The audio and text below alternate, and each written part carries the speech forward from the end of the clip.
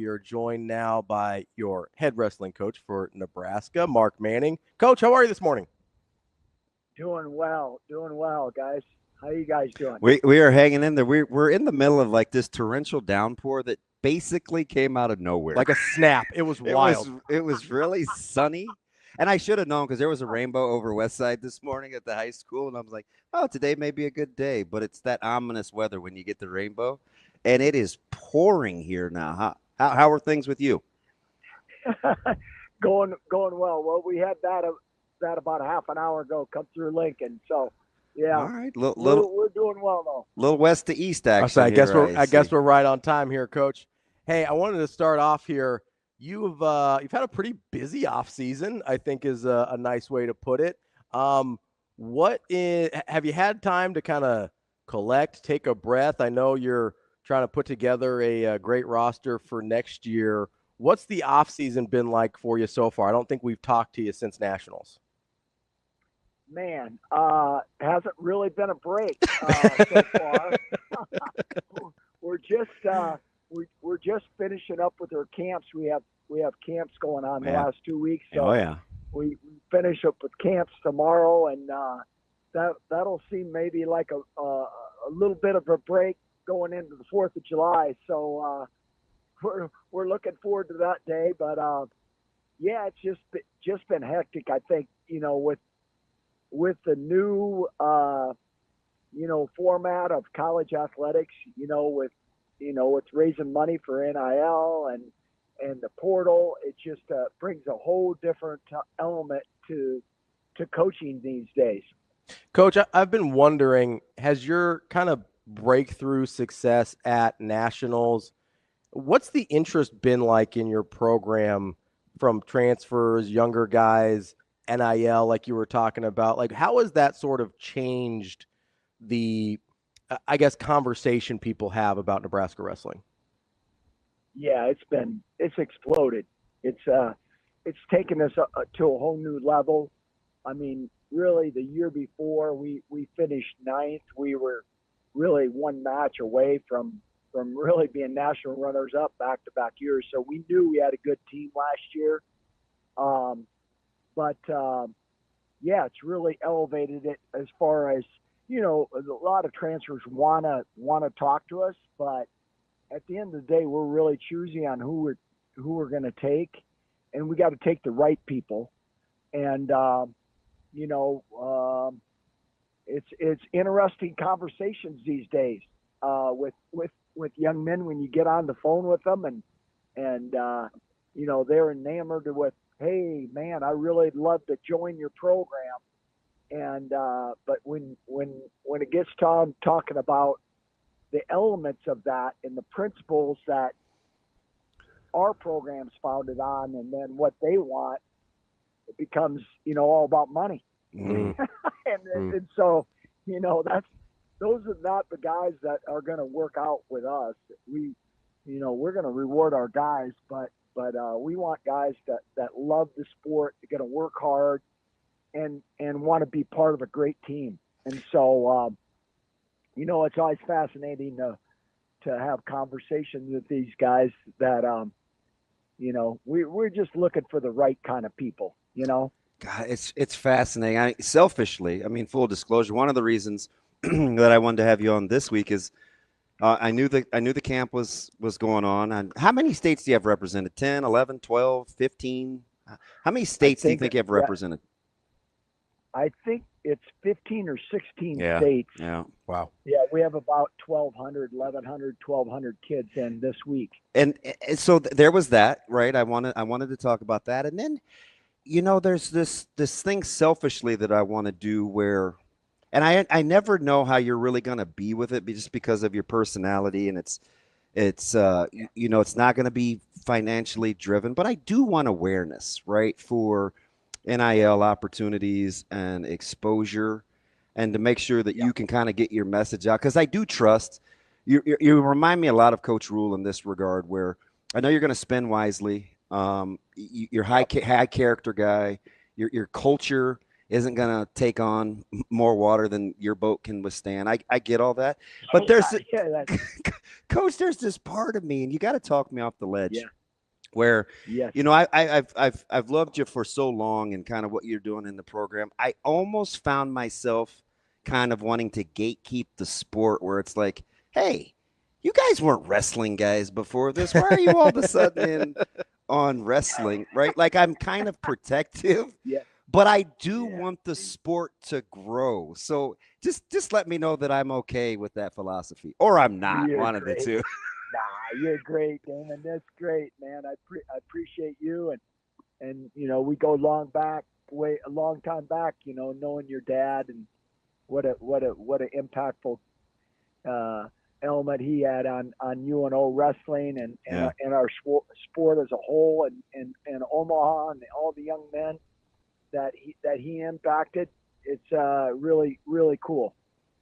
So it's okay to be protective, but still want to grow this. Okay, I just want to know. But so walk me kind of through this, because your culture is one in which it's held in high regard. I was at a restaurant in Lincoln, and I happened to see Coach Snyder, and he was a little preoccupied. And for once, it was me that did want to go over to somebody else and interrupt their dinner, right? A lot of times it happens to me.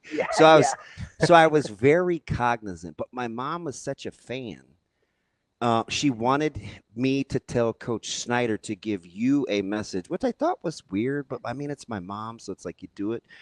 But just the buzz, right? He's got Nebraska wrestling gear on, and you can see the tables kind of, they're whispering and they're pointing. He's a good-looking guy. He had the horn-rimmed glasses, rocking in the perfect hair, and it's just like this thing has taken off unbelievably. But how have you not compromised what it is the core of who you are?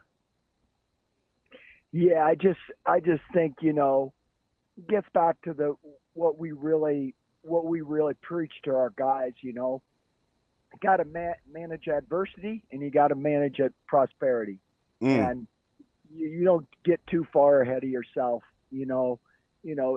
As we know, sports can just hammer you in the gut too, right? And send you back another level, and you just keep it in perspective, and really keeping our guys hungry, knowing that there's more out there for them, and these guys are young guys, and you have a guy like Antrell Taylor. I did a camp with him out of state about a month ago together, and I introduced him. I said, people will talk about Antrell Taylor as the defending national champion. I said, he's not defending anything.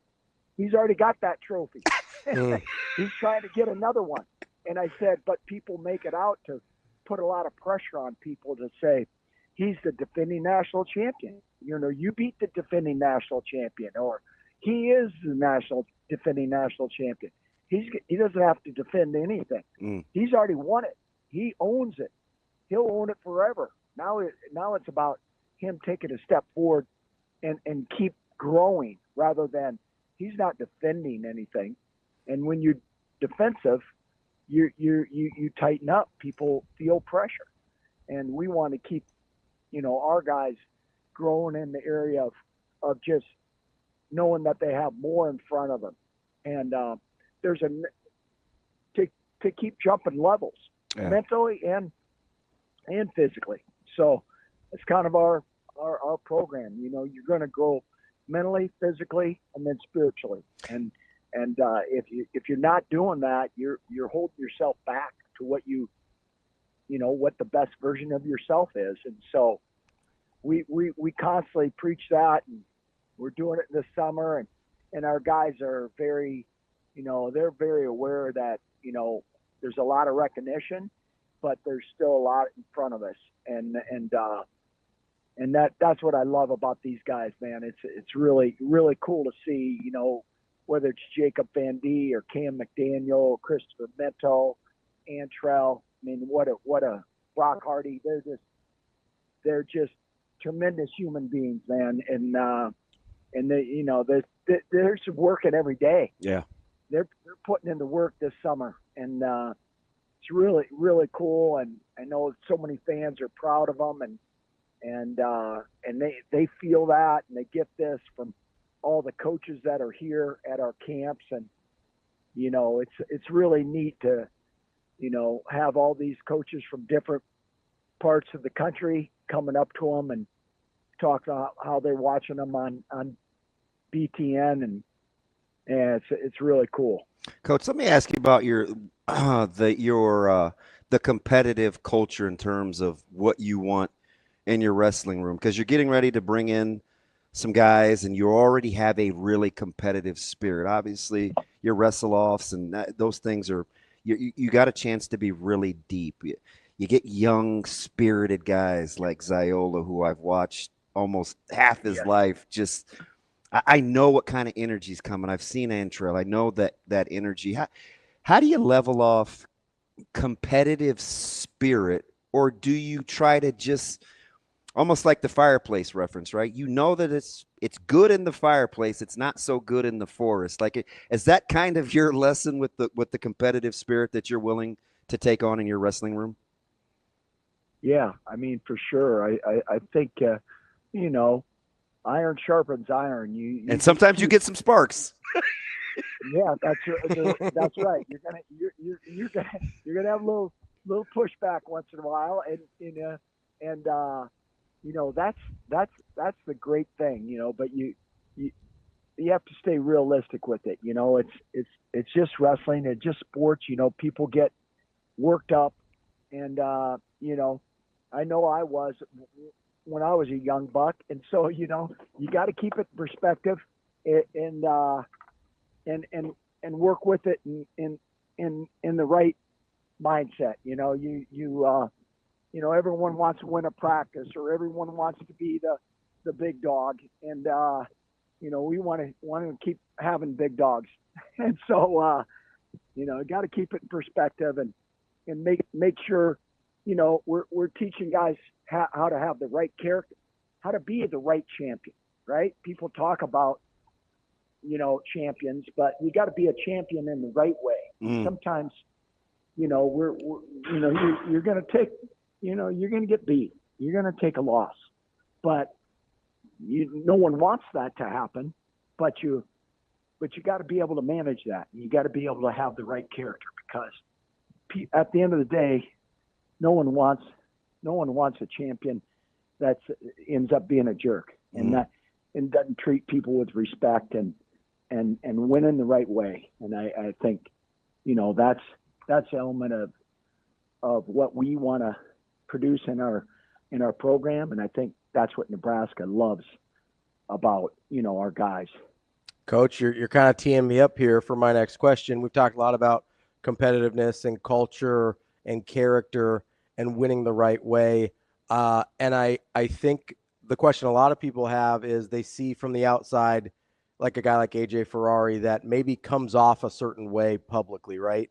How do you weigh kind of his public persona versus how you got to know him with the relationship as you recruited him, and understanding whether or not he was a good fit for all those things we've talked about this morning about what Nebraska wrestling's about? Yeah, absolutely. That's a good question. It's Mark Manning has a challenge, right? I love it. Third person, let's go. Absolutely. Hey, I know how people are thinking, and I think it's the same thing. And Rob Cole, I'll tell you how this thing happened. Rob Cole, I'll be very frank and public about it. Yeah, you're a good man, Coach. We love it. And Rob Cole, the North Carolina coach, who I've known for 35 years, and great friend of mine, called me up when they didn't let AJ into the school at North Carolina, and AJ was already there training some, and they didn't let him in admission-wise, and for various reasons. Yeah. And Bill Belichick's girlfriend had something to do with that. But anyway, Coach, I think people think you're joking. Yeah, no, it's very serious. Yeah. Yeah. Okay. One of the elements, along with the men's basketball player, that that had a sexual assault the week before, and just a lot of drama, I think, for that chancellor. And Rob was like super disappointed. Spent a lot of time getting AJ there, but they weren't going to let him into school. So So he called me up and said, "Hey, Mark, you got a great team, and you should get AJ Ferrari." And I would have never really thought about that until, Rob, my friend and guy I have a lot of respect for, and he convinced me, and then off we went. So, and we got it done, and he's here, and we're trying to manage him each and every day. So he's a good kid at heart, and we're trying to make him part of our team and get him to fit into our program right now. So it's a great challenge, and he wants to win. We just got to make sure he's on the same track each and every day that we are. Coach, I love it. I had a little inkling. I said when this first happened, I didn't really know. Just I don't know how I put two and two together, but I said, I was absolutely sure it was going to be a North Carolina thing, and this kind of came out of nowhere. I appreciate you connecting the dots. But one of the things that and it's all in one, that I'm enamored with you is just watching you for so long, how you've balanced your path is your path, right? You walk the same way every day, but yet you're not afraid to take on a speed bump or a little detour, but you're always going to get right back on your path, right? So you'll take on some things that to the naked eye may be like, well, why? Yes. But it's almost like it helps you continue to be a lifelong learner and grow.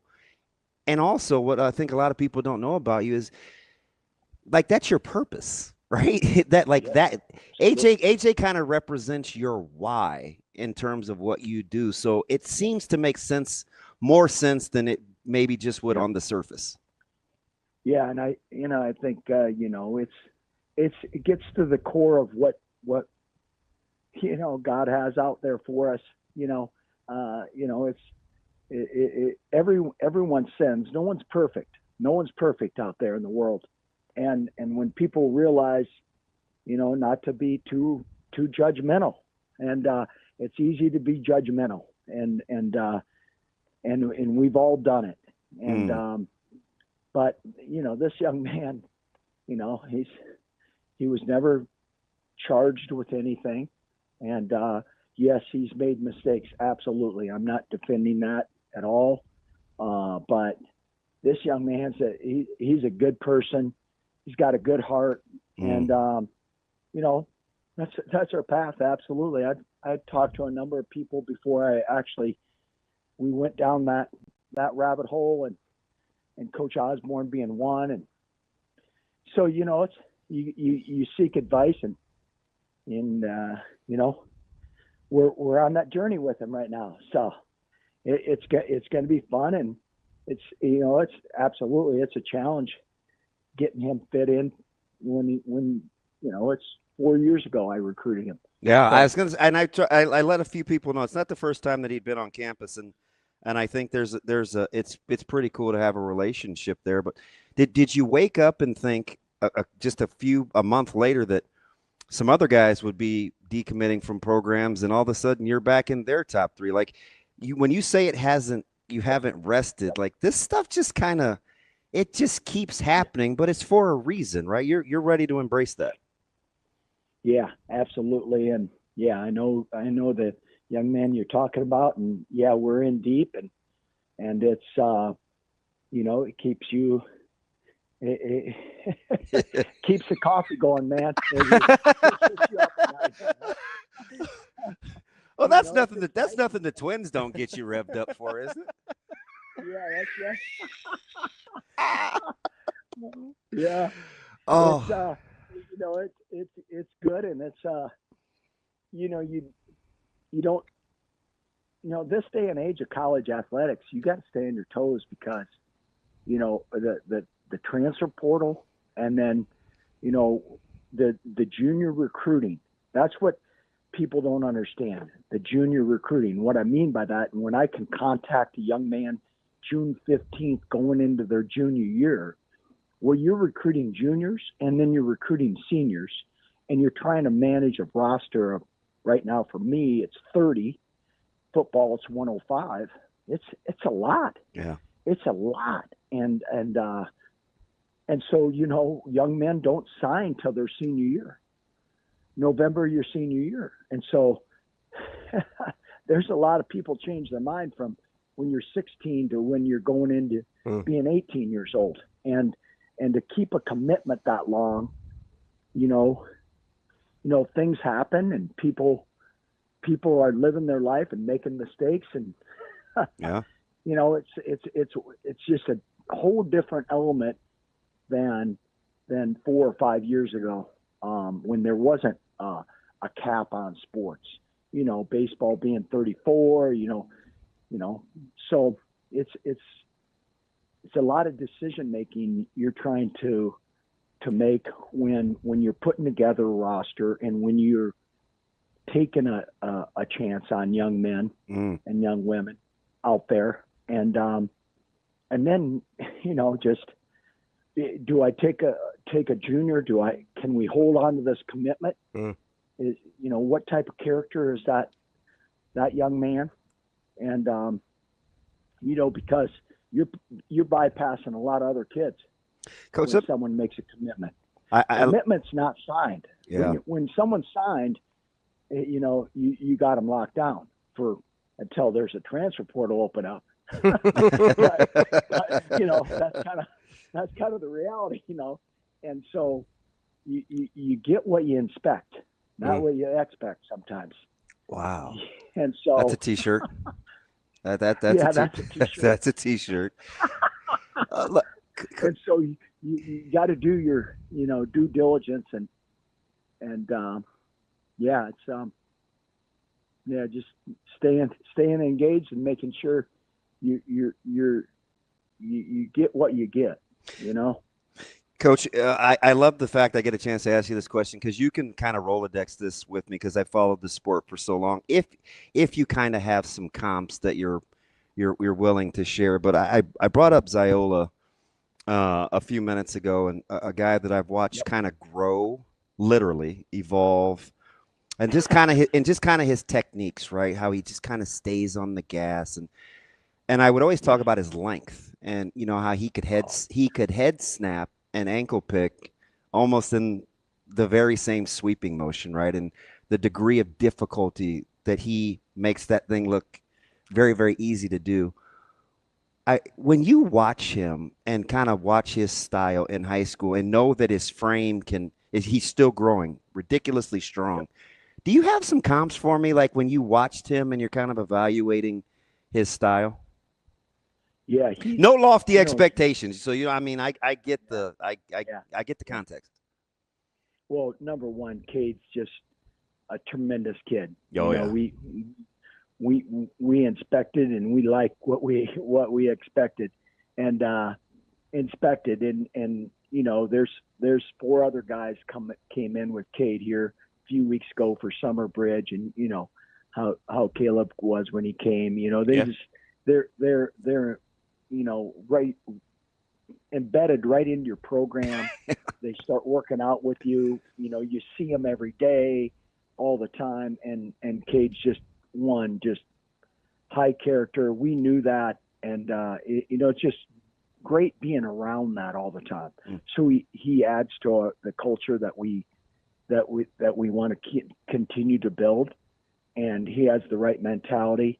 But he's got some freakish physical skills. Right. That I didn't want to use that word, but that length and strength and flexibility is kind of freaky.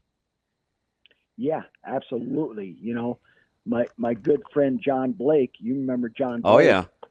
And John lived with me when he was first came with That's awesome. with Bill Callahan, I love him. He coach, you got to get the Mandingo Warrior, man. You got to get the man.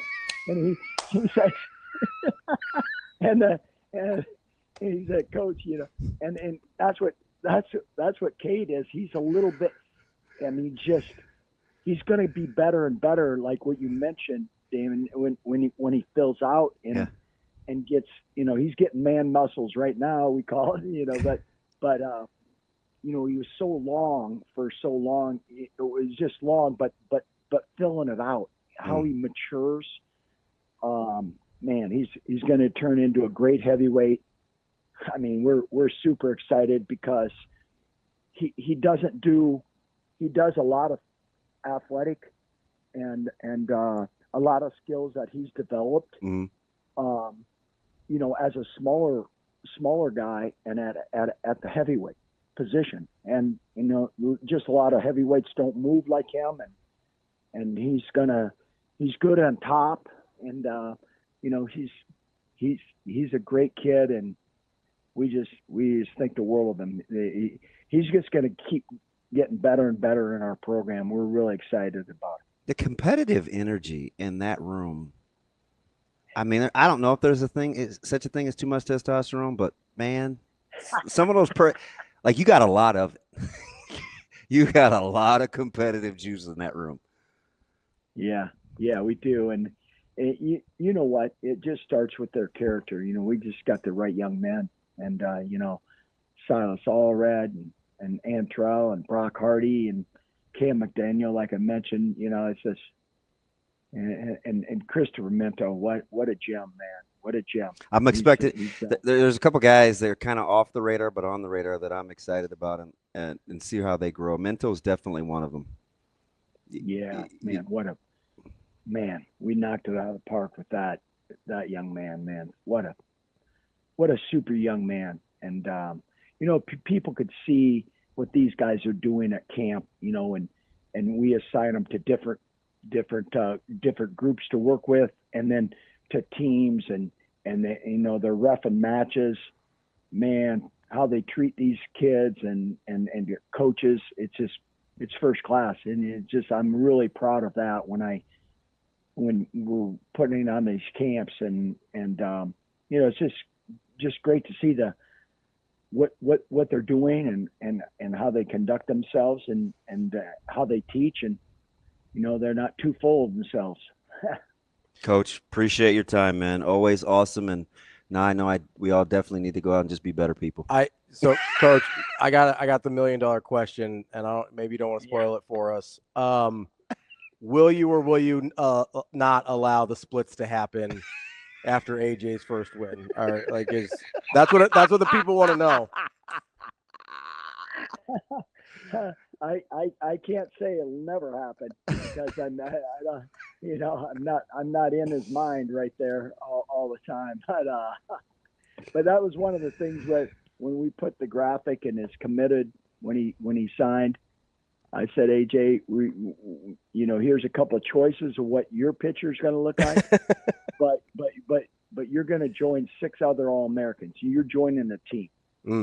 This is not just about you. This awesome. This is when we put something out. This is about you joining a program that's trying to do something that's never been done, and it's special. This moment's not just about you; it's about us. And